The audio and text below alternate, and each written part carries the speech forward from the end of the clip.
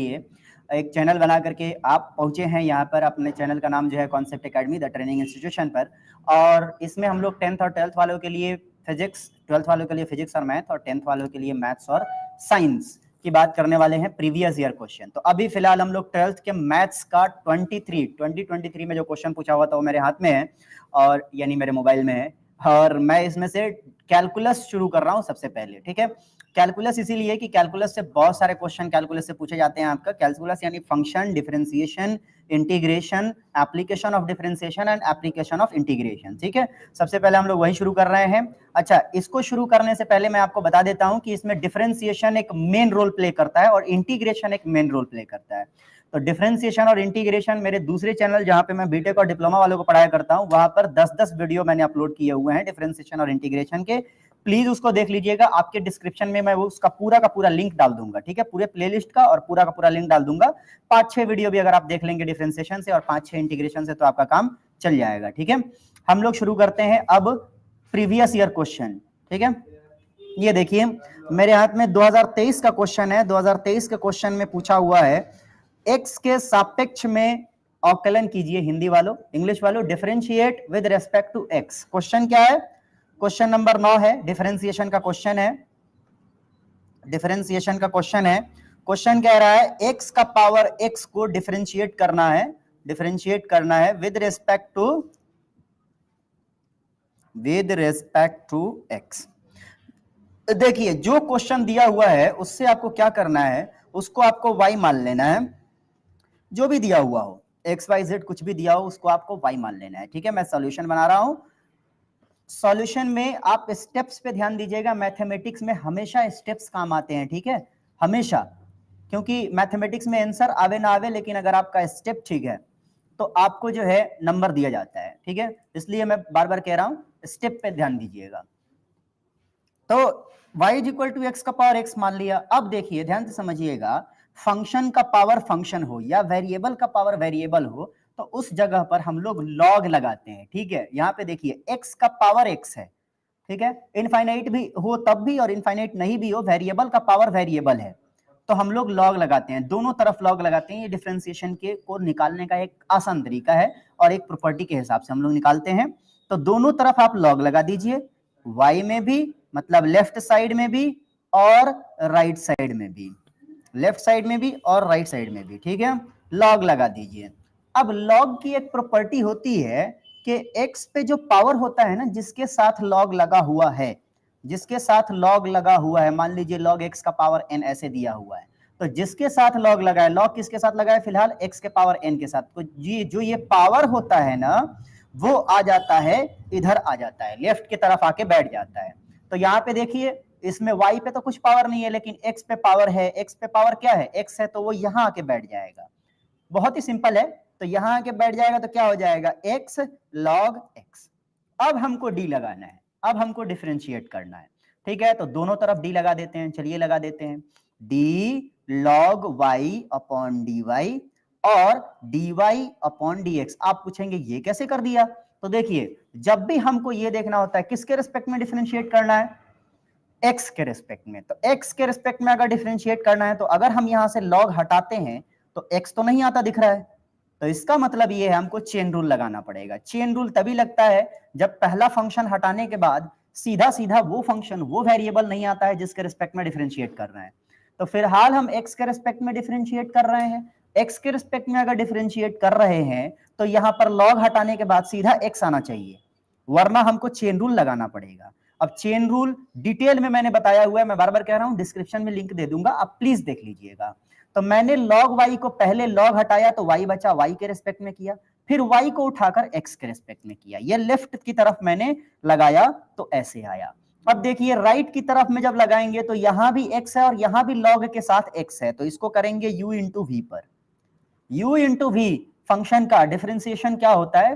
तो होता है पहले u को छोड़ दीजिए और v में d लगा दीजिए, v में d लगा दीजिए। तो देखिए यहां पर log हटाएंगे तो डायरेक्ट x आ जा रहा है, तो इसमें डायरेक्ट x के रिस्पेक्ट में डिफरेंशिएट हो जाएगा, चेन रूल की कोई जरूरत नहीं पड़ेगी। ठीक है, u इंटू वी का फॉर्मूला होता है u हटाया, u को छोड़ा, v को d लगाया, प्लस v को छोड़ा और u में d लगाया, ऐसे। ये फॉर्मूला होता है u इंटू वी का, ठीक है। u किसी को भी u मान लिया, किसी को भी v मान लिया, क्योंकि दोनों मल्टीप्लीकेशन में है, तो u separate v differentiate plus v separate u differentiate, ये कर दिया हमने। तो अब देखिए log का डिफरेंशिएशन क्या होता है, आपने पढ़ा होगा 1/x। तो जो यहां पर होता है, जो यहां पर x अगर यहां पर हुआ तो 1/x, y अगर यहां पर हुआ तो 1/y, ये डिफरेंशिएशन हो गया 1/y into dy upon dx is equal to, x में d नहीं लगा है, जिसमें d नहीं लगा है वो जो का तो लिख दिया जाएगा, log x, फिर से मैंने बताया log x का differentiation 1/x plus log x को सेपरेट किया, dx/dx, x का डिफरेंशिएशन क्या होता है 1 होता है, तो 1 लिख दिया। अब ये बन चुका है, डिफरेंशिएट हो चुका है, इसी की वैल्यू हमको पता करना होता है, dy/dx की वैल्यू पता करना होता है, ठीक है। x से x कट जाएगा तो यहाँ 1 बचेगा और यहाँ log x बचेगा, ये y यहाँ पर क्या है डिवाइड में है, तो इधर जाके क्या हो जाएगा मल्टीप्लाई में, यानी कि dy/dx is equal to y into 1 plus log x। क्या यही हमारा आंसर हो सकता है? बिल्कुल हो सकता है। हम चाहें तो ये भी लिख सकते हैं कि y की जगह पर क्या लिख सकते हैं, x का power x, dy/dx is equal to x का पावर x। क्यों? क्योंकि हमें क्वेश्चन में यही ना दिया था जिसको हम y माने थे, तो हमारा आंसर क्या हो जाएगा x का power x into 1 plus log x is equal to x का power x into 1 plus log x। This is your answer. ये मेरे ख्याल से समझ में आ गया होगा, ठीक है। हम लोग बढ़ते हैं आगे, अगले क्वेश्चन का भी यही है, dy/dx निकालना है और हमें दिया हुआ है इनवर्स में। तो मैं 9th नंबर का क्वेश्चन था, इसके और में जो था ना, ये प्रॉपर्टी है is equal to n log x हो जाता है, n यहाँ चला आता है, ये प्रॉपर्टी है, इसको याद रखिएगा, कई बार इसका इस्तेमाल होगा। इसका स्क्रीनशॉट आप ले सकते हैं। मैं आगे बढ़ता हूं अगले वाले क्वेश्चन पर। इसी के और में एक और क्वेश्चन दिया हुआ था, 9 के और में एक और क्वेश्चन दिया हुआ था, भाई यार हिलाओ मत इसको, हाँ। तो इसी के और में एक और क्वेश्चन दिया हुआ था, वो क्वेश्चन क्या था, y is equal to sine inverse 2x by 1 plus x square, ऐसा है क्वेश्चन। और इसमें क्या निकालना है, इसमें निकालना है फाइंड dy/dx। बहुत आसान क्वेश्चन है, मतलब हलवा है, वेरी सिंपल। कैसे करना होता है, इसका क्वेश्चन ऐसे आता है तो हमको क्या करना होता है, साइन इनवर्स को इधर भेज लेना होता है। सॉल्यूशन बनाने जा रहा हूं मैं, साइन इनवर्स को इधर भेजिएगा तो ये हो जाएगा sine y is equal to 2x by 1 plus x square. अब दोनों तरफ d लगा दीजिए, इस तरफ d लगाइएगा, तो ध्यान से देखिए किसके रिस्पेक्ट में करना है, x के रिस्पेक्ट में करना है, नीचे जो दिया हुआ रहता है d के साथ उसी के रिस्पेक्ट में करना होता है, ठीक है।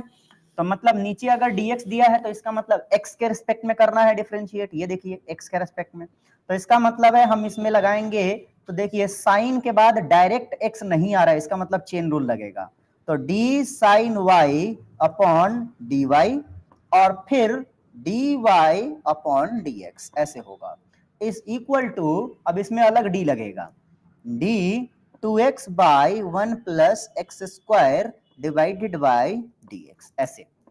तो देखिए अब समझिएगा इस बात को, इसमें लग जाएगा u/v, ऊपर वाला फंक्शन पूरा का पूरा u होगा, नीचे वाला फंक्शन पूरा का पूरा v माना जाएगा। अब इसमें फॉर्मूला लगता है u/v का, प्लीज मैं बार बार कह रहा हूं डिफरेंशिएशन के 10 वीडियो देख लीजिएगा, जो लिंक है वो डिस्क्रिप्शन में दे दिया जाएगा। इसमें देखिएगा तो आप ध्यान से देखिएगा, साइन y का डिफरेंशिएशन होता है cos y into dy/dx is equal to u/v formula होता है, पहले v को सेपरेट किया जाए, ये लीजिए v को सेपरेट कर लिया, u को डिफरेंशिएट किया जाए, ये लीजिए u में मैंने d लगा दिया, d 2x/dx माइनस 2x को यानी u को सेपरेट कर लिया जाए और v में डिफरेंशिएशन लगा दिया जाए, 1 प्लस एक्स स्क्वायर में डिफरेंशिएशन लगा दिया जाए और डिवाइडेड बाय v स्क्वायर कर दिया जाए, यानी 1 प्लस एक्स स्क्वायर का होल स्क्वायर कर दिया जाए, ऐसे। ये होता है हमारा फॉर्मूला, ठीक है, u/v का, पहले v सेपरेट, फिर u डिफरेंशिएट, फिर minus u separate, v differentiate divided by v का स्क्वायर, ठीक है।